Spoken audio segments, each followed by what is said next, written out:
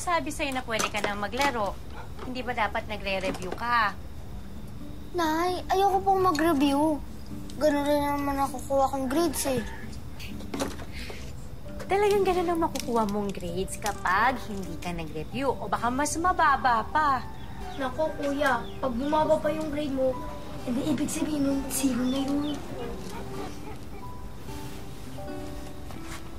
Anak, malaki ang pagkakaiba sa gusto mong gawin at sa kailangan mong gawin. Gusto mong maglaro, pero kailangan mong mag-aral.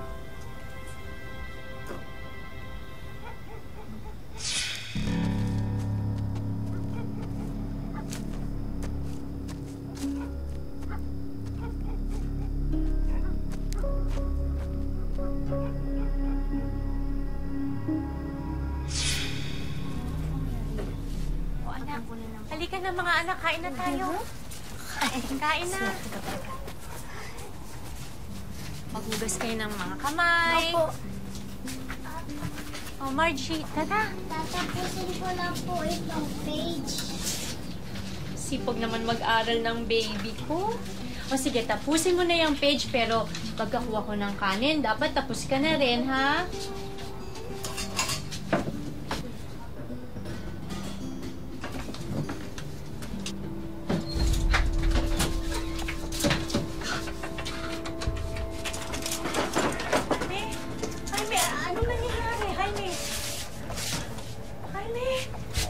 Huwag kayong maingay, maririnig. Maririnig nila kayo. Hindi makakarinig sa akin, tatay.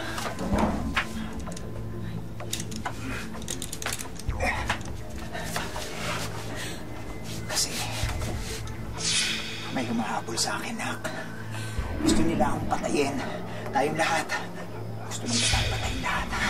Jaime, huwag kang magsalita ng ganyan. Natatakot yung mga bata. Shhh! Huwag kayong natakot. Walang matatakot. Nandito ako. Akong bahala sa inyo. Sa pagrupok daw ng haligi ng tahanan, kasabay nito ang pagguho ng kinabukasan ng isang pamilya. Sa mga panahong ito, mas lalong kailangang magbigay tanglaw ang ilaw ng tahanan upang ang pag-asa'y madali pa rin nilang matanaw. Tampok po ngayon ang kwento ng katatagan ng isang mag-anak at kung paano nila sinalag ang mga binabatong pagsubok ng kapalaran. Magandang hapon po mga kapuso. Ako po si Vicky Morales at ito po ang Wish Ko Lang.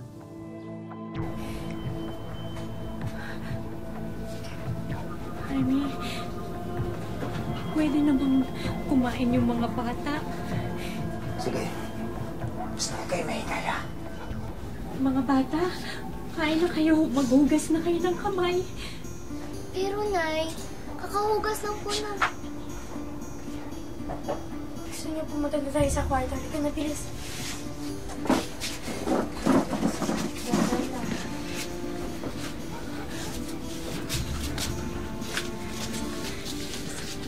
Jaime, si Margie, kakain na siya, Jaime.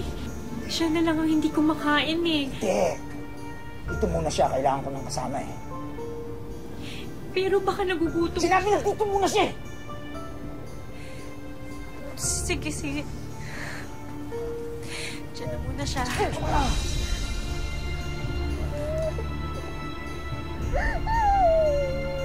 Shhh! Kumanay! Yan! Yan!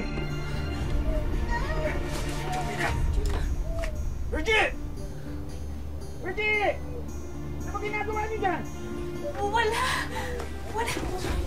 Sino yun? Sandali lang! Virgie! Wag po siya. Ami! Junior! Pinalapit! Virgie? Virgie?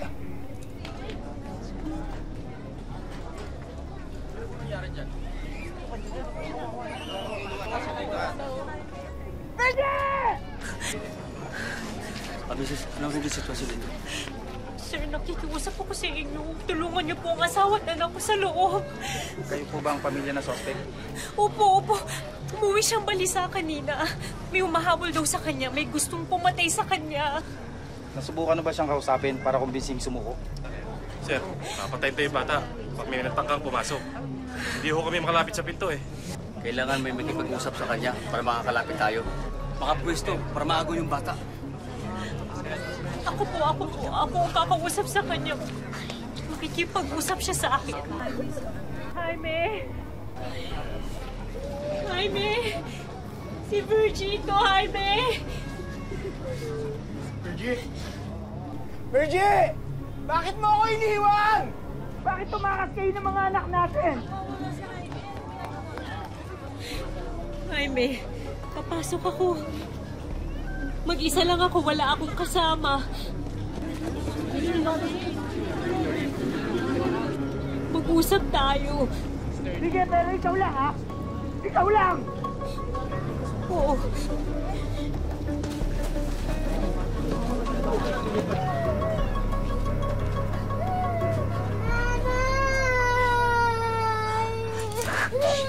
Shubit, baby.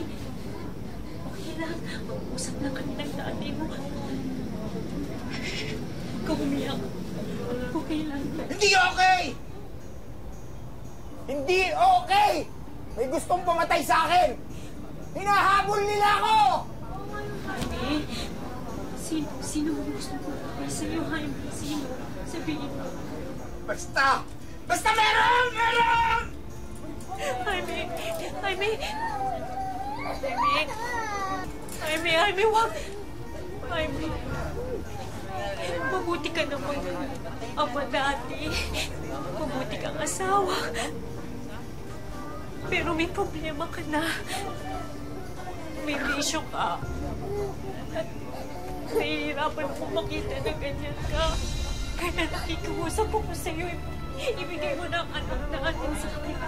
Parang amo mo na ibigay mo sa akin si Margie. Please.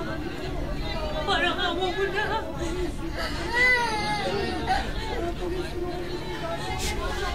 Ay, sige na. Ibigay mo sa akin si Margie. Isama ka nila! Kakampi ka nila! Kakampi ka nila, no? Hindi! Wag!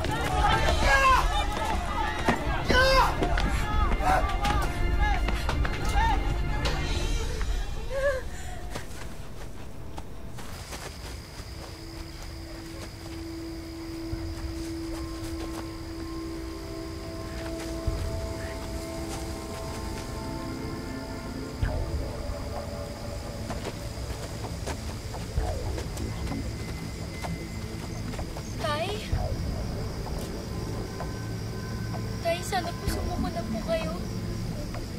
Tay, di ba po, turing niyo po sa amin nila nanay na kailangan po dapat gawin kahit ayaw niyo po kasi yun po talaga yung dapat gawin eh. Tay, sumuko na po kayo, Tay. Ayoko po kasi masaktan ka, Tay eh. Tay, pag sumuko ka po, hindi ka na po nila sasaktan.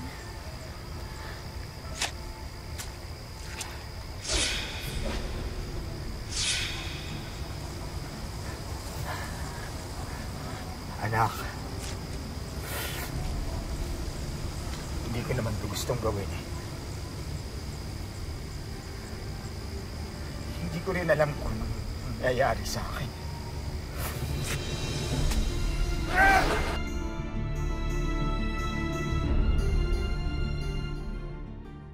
Special child at hindi raw nakakapagsalita ang 23 taong gulang na si Angelito Zafra.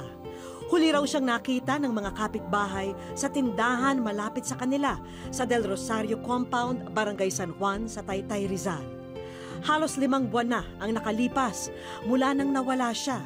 Ang huling suot ng binata ay pulang t-shirt at maong na shorts. Wish ko lang. Sa hindi malamang dahilan, tila nawala sa katinoan si Jaime dahil maging ang sariling anak nasisikmura niyang malagay sa panganib. Isang tagpo na mahirap masaksihan para kay Virgie, ang makitang asawa at anak na sangkot sa napipintong karahasan.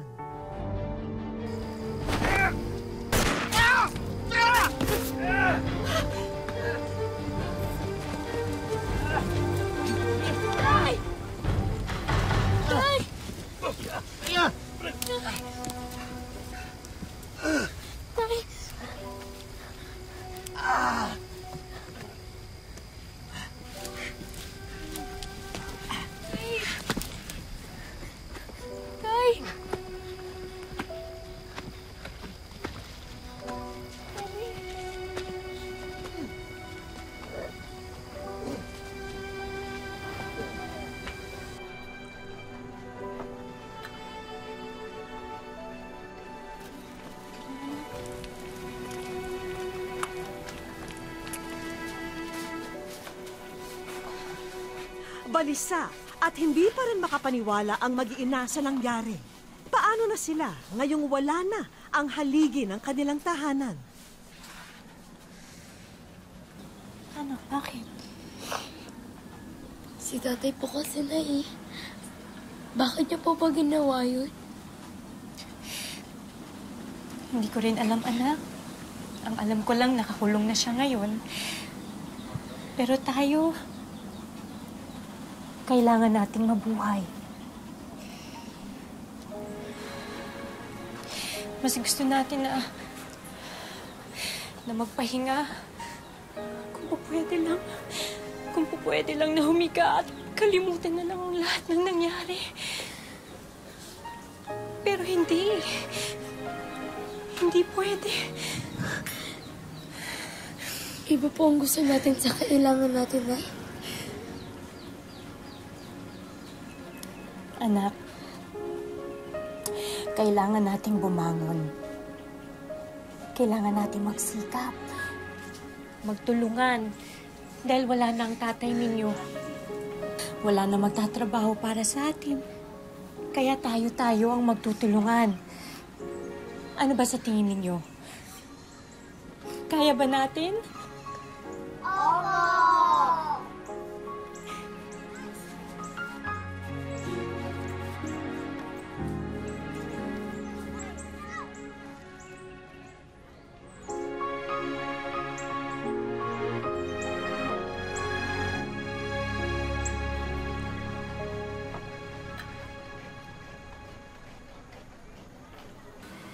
Kuya, bakit mo tinatago yan? Huminto na tayo sa pag-aaral, di ba? Hindi na tayo kayang pag-aralin ni nanay. Pwede pa naman natin basahin yan, ah. Bakit pa? Hindi na kailangan. Kuya, siya nga pala. Nagsabi na ako kay Aling Menang yung nagbabanana queue dun sa kanto. Sabi ko sa kanya, maghahango ako ng mga banana queue, tapos maglalako ako. Ano? Maglalak ka ng banana queue? Oo. Paano mong babayaran yun? Yung sabi niya kasi, wala daw munang bayaran. Magbabayad na lang daw ako pag nakabenta na ako. Ako rin. Nagsabi na ako sa mga kapitbahay natin. Ako mag-iigib sa poso para sa kanila. Talaga? Oo. 5 piso kada timba. Nung andito pa si tatay. Pwede ba? Huwag mo na munang isipin si tatay. Pag narinig ka ni nanay, ako, malulungkot na naman yun. Ano na? Kumusta na ang mga anak ko? Nay! Nay! Ano po, Nay? May maganda akong balita. Ano po yun? Napasok na akong tindera dun sa restaurant na inaplayan ko. Talaga po, Nay? Oo. Yay! Makakaraos din tayo, mga anak. Makakaraos din tayo.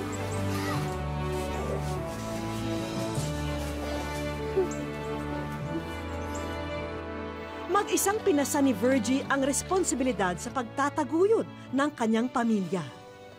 Pero hindi ito sapat, kaya nahinto sa pag-aaral ang mga anak niya. Kailan tayo papasok, ate? Di ko rin alam eh.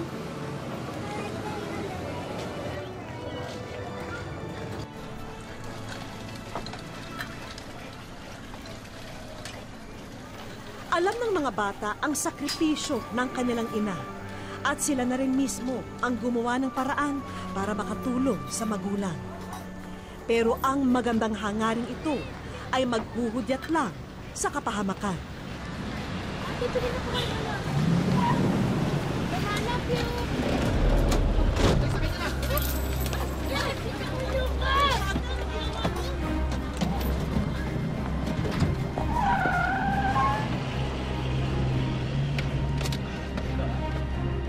Okay, diretso lang.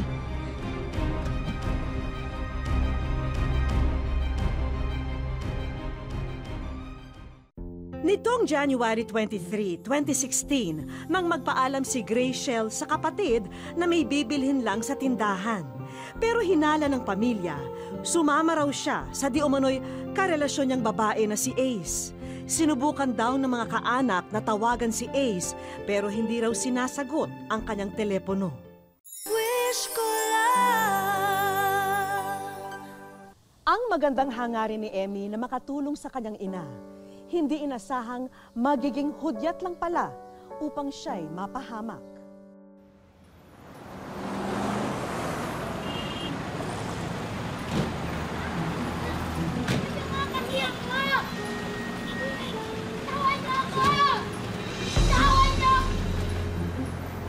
Tawan niyo ako!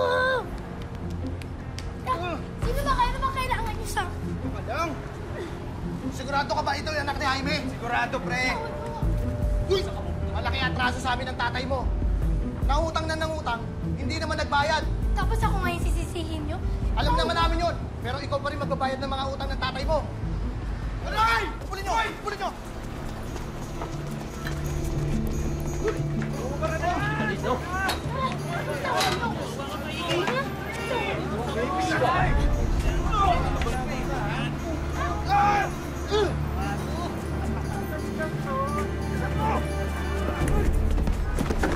Yan! Manang-manang ang tatay mo! Kasaway! Hindi na ako may kilos, oh. Mukhang patay na ata. Hindi. Ako napuruhan, ah. Oo nga. Wala.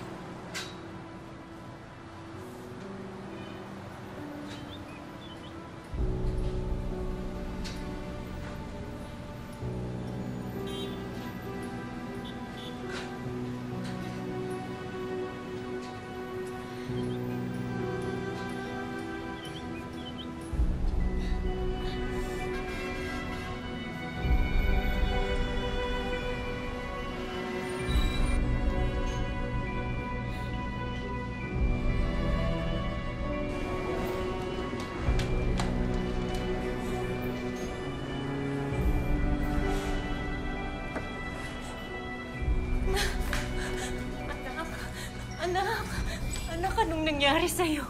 Ayon na rin po sa kwento niya, kinidnap daw siya ng 3 kalalakihan na nakasakay sa isang van. Mga hayop na yun! Bakit nila ginawa sa'yo to? Nanlaban po anak ni Mrs. kaya hindi nagawa ng mga kriminal ang binabalak nila sa kanya. At nagpagkapusang namatay na siya, kaya siya iniwan.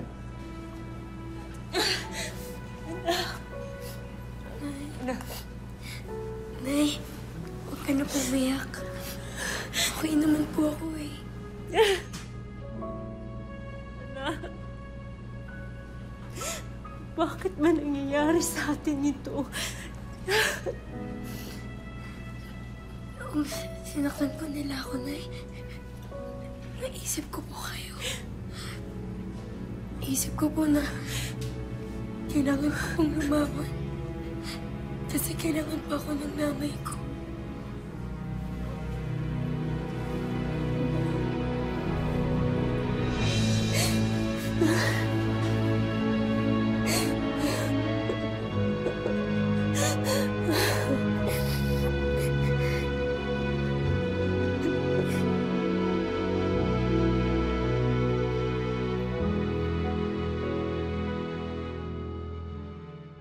Saan aming pagbabalik. Hi, Tana! Naku, salamat ha sa pagpapadala mo sa amin ng kwento ni Virgie. Talagang napakabait mong katrabaho at kaibigan. Hello, Tana! Hello po! Welcome sa wish ko lang! Setyembre 2014, habang kasagsagan daw ng bagyong Glenda sa Dasmariñas, Cavite nang mawala si BJ. Tumalon daw siya sa ilog para sagipin ang nakababatang kapatid at mula noon ay hindi na sila nakita. Makalipas ang ilang buwan, natagpuan ang bangkay ng nakababatang kapatid pero si BJ patuloy pa ring nawawala. Wish ko lang.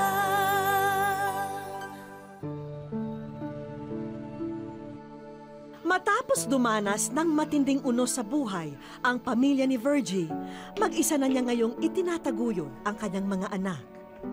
Pero sulit naman daw ang lahat ng pagod sa tuwing makikita niya ang kanyang mga munting anghel na masaya. Mahirap po. Kasi lahat po ng sakripisyo gagawin mo para maano mo lang yung mga anak mo. Mabuhay mo sila. Naawa po kay Mama pag nakikita ko, pagod na pagod. Pero mistulang bangungot daw para kina Virgie ang sinapit na trahedya. Lalo na't nag-iwan ito ng matinding takot sa kanilang mag-iina. Hindi ko alam po anong gagawin ko sa pamilya ko kasi ako nga alam po yung nagtataguyod sa 5 kong anak. Nagdadasal na lang po ako na sana malutasan ko yung problema ko.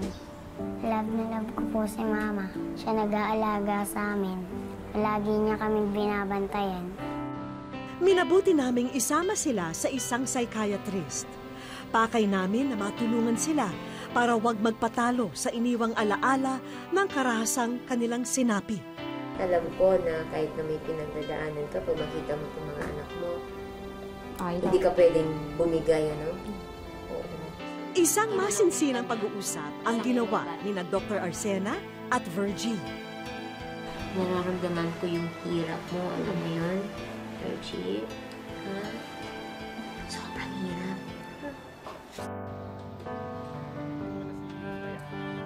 Isa si Tana sa nakakaunawa sa pinagdaraanan ni Virgie. Nung una, nangailangan lang siya ng tao sa kanyang karinderya. Mabait po siya. Lahat po ng kaya niyang ibigay sa akin, hanggat kaya niyang gawin, bibigay po niya yun. Pero lalo siyang naawa nang malaman pa ang sinapit ni Virgie, kaya hindi na rin siya nagdalawang isip na tanggapin si Virgie para mamasukan sa kainan niya. Higit pa nga raw sa pagiging empleyado ang trato ni Tana kay Virgie at parang naging matalik na magkaibigan na ang turingan nila sa isa't isa. Kinuwento niya yung asawa niya nakakulong.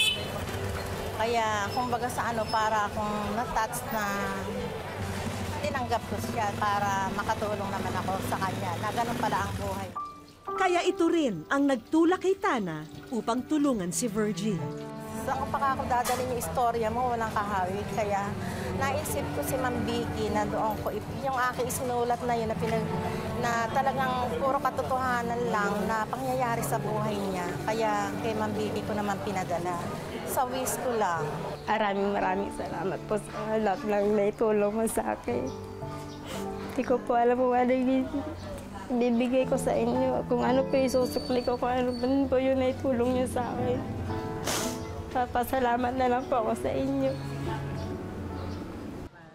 Karaniwang araw lang ito sa karinderya ni Tana.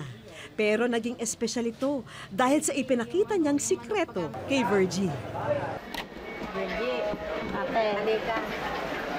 Isinulat ko sa waist ko lang ang kasaysayan mo. Ito, basahin. Hindi pa tapos basahin ni Virgie ang mensahe ng... Hi, Tana! Naku, salamat ha sa pagpapadala mo sa amin ng kwento ni Virgie. Talagang napakabait mong katrabaho at kaibigan. Excited na akong makakwentuhan ka at makilala kayo ng personal. See you! Hello, Tana! Hello po! Welcome sa wish ko lang!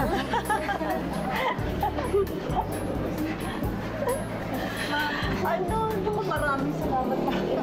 Yung araw-araw na magkatrabaho kami, yung laging sa umaga, Yung nag-uurong na siya, umiiyak na siya.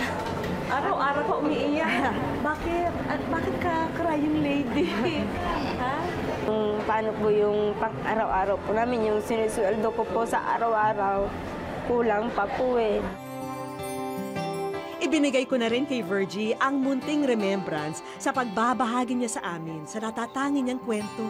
Thank you rin po sa inyo, Miss Tana. Dahil sa inyo, syempre, nabalitaan namin yung tungkol sa kwento mo nitong kaibigan niyo. At syempre, dahil kayo na rin ang naglapit sa amin ng kwentong buhay niya, kayo na rin po yung magiging daan para makamit niya yung mga munting pangarap niya. At may inihabilin ako sa kanila para sa susunod pang mga sorpresa. Bakasyonan Resort Tanay Rizal. Time out ka muna, Virgie, sa kusina. Sagot na namin ang inyong pagpapakasaya. Araw na to, masaya po yung mga anak ko. Na nag-enjoy po sila, nakakalimot po sila sa problema. Enjoy po kami! O Virgie, handa na ba kayo sa susunod naming mga handog? Maliban sa laruan at grocery items, narito na ang mainit-init mong pangkabuhayan showcase. Masaya lang po ako. Hindi ko po in-expect na ganito pong mangyayari. May hanap buhay na po ako. Meron na po kaming pangkakabuhayan. May papangako po sir na mapapalago po yung binigay niyong panghanap buhay sa akin. Para magampanan ni Virgie ang maging ama't ina sa kanyang mga anak, pambihirang tapang at katatagan ang kanyang ipinamalas. Patunay na ang mga pagsubok, kayang lampasan basta't inspirasyon ang mga mahal sa buhay. Ang taus-puso rin naming pasasalamat sa inyo at sa mga bumubuo ng Anak TV dahil sa karangalang ipinagkaloob nyo sa aming programa. At hanggang sa susunod na Sabado, ako po si Vicky Morales at ito po ang Wish ko na.